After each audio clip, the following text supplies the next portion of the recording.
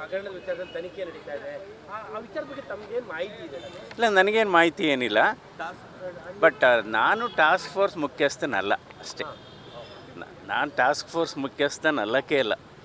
ನಾವು ಒಬ್ಬರು ಇನ್ವೈಟೀಸು, ನಮ್ಮದೇನಿದ್ರು ಸಲಹೆ, ಅಭಿಪ್ರಾಯ ಕೊಡೋಂಥದ್ದು, ಒಪಿನಿಯನ್ ಕೊಡೋಂಥದ್ದು ಅಷ್ಟೇ. ನಾನು ಟಾಸ್ಕ್ ಫೋರ್ಸ್ ಮುಖ್ಯಸ್ಥ.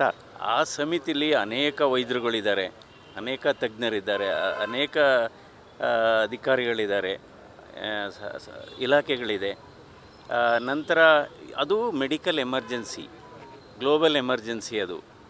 ಸೊ ಹೀಗಾಗಿ ನಮ್ಮದು, ಯಾಕೆಂದರೆ ನಮಗೇನು ಯಾವುದೇ ಅಡ್ಮಿನಿಸ್ಟ್ರೇಟಿವ್ ಪವರ್ ಆಗಲಿ, ಫೈನಾನ್ಷಿಯಲ್ ಪವರ್ ಆಗಲಿ ನಮಗೇನು ಇಲ್ಲ. ನಾನು ಜಸ್ಟೇ ಸ್ಪೆಷಲಿಸ್ಟಾಗಿ ಸದಸ್ಯ ಅಷ್ಟೇ.